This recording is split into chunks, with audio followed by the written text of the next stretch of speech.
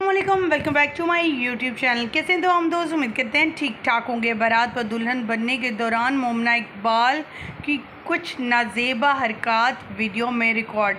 Video clip में आने वाली ये नाजेबा हरकत लोगों को नापसंद। लोगों ने क्या कहा, इनके हवाले से आज की इस वीडियो में बताएंगे, दिखाएंगे।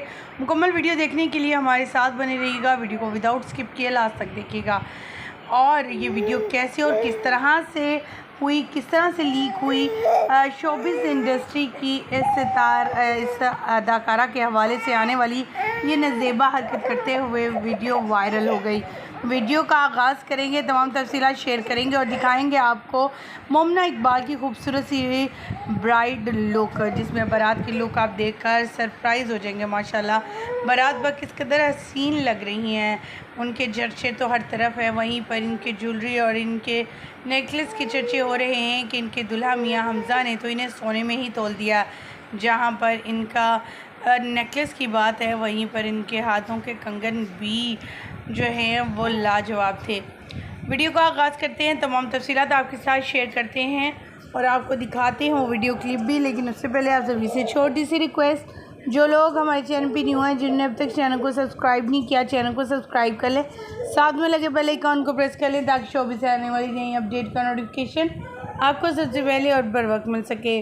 मोमना इकबाल की अगर बात की जाए तो मोमना इकबाल की ये तीसरी शादी है। मोमना इकबाल 2 बार इसी तरह धोखा खा चुकी हैं और अपनी इस ज़िंदगी से काफ़ी ज़्यादा तंग भी थी।